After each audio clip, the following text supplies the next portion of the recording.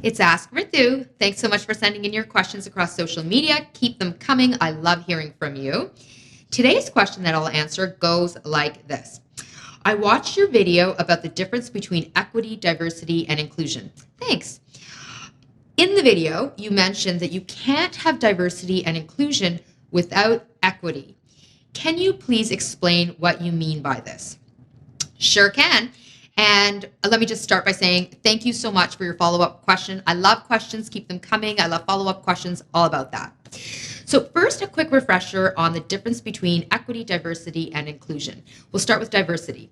Diversity is all about growing the quantitative representation of cultural differences of people from across cultural backgrounds in your workplace environment. So that's diversity.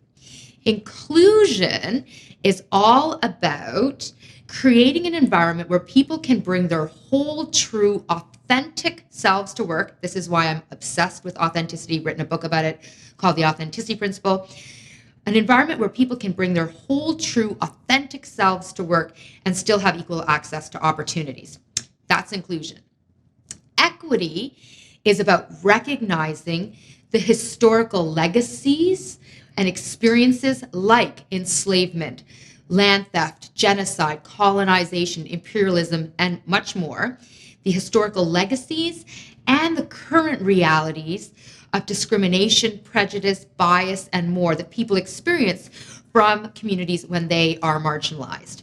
Now, the reason why we cannot have diversity and inclusion without equity is because equity is the mother lode. Like, it's the foundational building block or the umbrella from which diversity and inclusion flow, because equity is all about recognizing the systemic inequities that are entrenched in the workplace culture, in society, and more.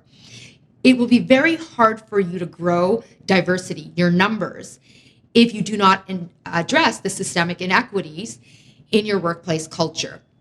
It will be very hard, impossible to build an inclusive workplace environment or society if we do not interrupt the societal inequities, the workplace inequities that prevent people from being authentic in their interactions. And so equity is critical, fundamental for diversity and inclusion, because it's all about taking a look at the system and interrupting the biases, inequities, and more that are entrenched in our systems.